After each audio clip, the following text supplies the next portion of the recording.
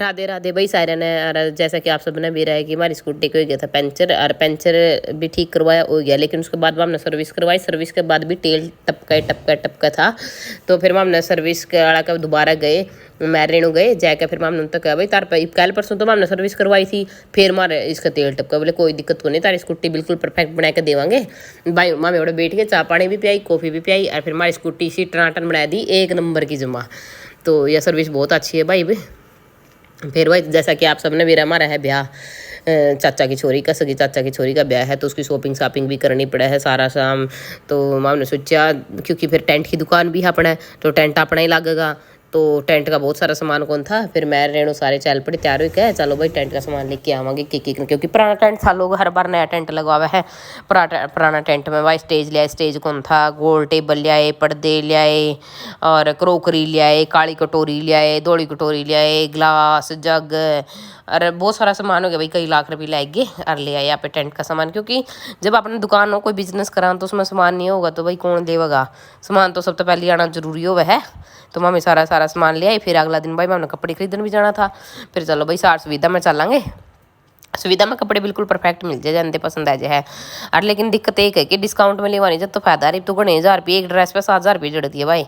और सोचा था डिस्काउंट चल रहा है, और डिस्काउंट पाया को नहीं, तो फिर गए सोचा एक ड्रेस ले लें, लेने गए थे 2, लेकिन पीछे कम रह गए, तो एक के ड्रेस ले आए भाई, एक ड्रेस लेके आए गए सुविधा में। तो फिर मैंने सोचा चल फिर अगला दिन फिर टेंट के फूल फाल लेने रह गए, फूल फाल भी लेने जाना पड़ा, क्योंकि स्टेज पे एंट्री गेट पे फूल लाने पड़े। तो फिर उड़ जाएगा, हमने देखिए दुकान में केक है भाई, कौन से फूल हमारा पसंद है कौन से को नहीं, सारे फूल फाल ले आए हैं। पूरी हमने टेंट की तैयारी कर दी, ब्याह की तैयारी भी पूरी जोरों शोरों तो चल रही है।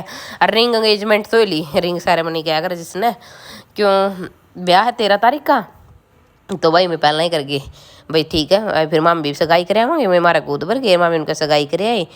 और फिर तेरा ना भाई डीजे लग जाएगा, दुल्हन तैयार हो जाएगी भाई, ब्याह शाया हो जाएगा। और ये ब्याह का सीजन है तो बढ़िया काम है भाई।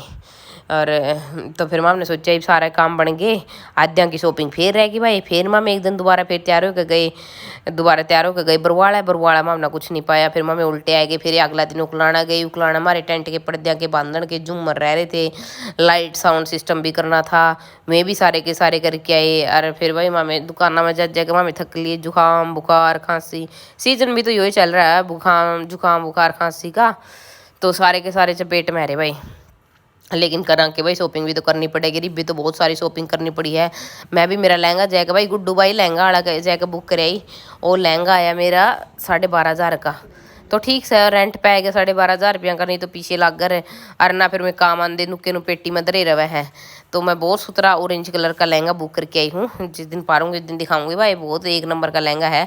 और उसकी ज्वेलरी भाई मैं मंगवाऊँ मीशो पता है, क्योंकि नहीं मीशो बहुत सही है, मीशो पर कपड़े तो आंदे को नहीं सुतरे, और लेकिन है जिस हमें ज्वेलरी मंगवानी होनी आर्टिफिशियल, मीशो पर तो मंगवाया करो, मीशो पर तो जमा एक नंबर किया हुआ है। एक बार ट्राई तो करके देखना, मेरे कहने से मीशो पर तो ज्वेलरी मंगवाया गया, बाहर रेट लेगा उसका 1000 रुपये, उड़ाया जाएगा 150 रुपया में। मैंने तो पहला ब्याह में भी मंगवाई थी, रिब्बी उड़ते मंगवाऊंगी।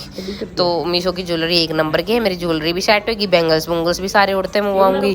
बिक्कू की ड्रेस भी आएगी, रेणु की रह रही है, रेणु की भी लेके आवांगे भाई, इसकी देखेंगे करते लेके आवांगे ड्रेस। अरे हमारी रम्या रानी तो भाई सारा दिन खेलती रहे, बालक तो है भाई, बालक ने तो खिलौना चाहिए कि मैं भी पै जो खिलौना पसंद है जो है, हाथी घोड़े सारा सौदा गला खेलती रहे भाई कि मैं भी लिया, बट खिलौने चाहिए बालक ने, नई नई खिलौने में नई नई एक्टिविटीज नई नई चीज़ सीखे भाई, क्या करे बच्चे माँ बाप के रिफ्लेक्शन नहीं होया करे भाई।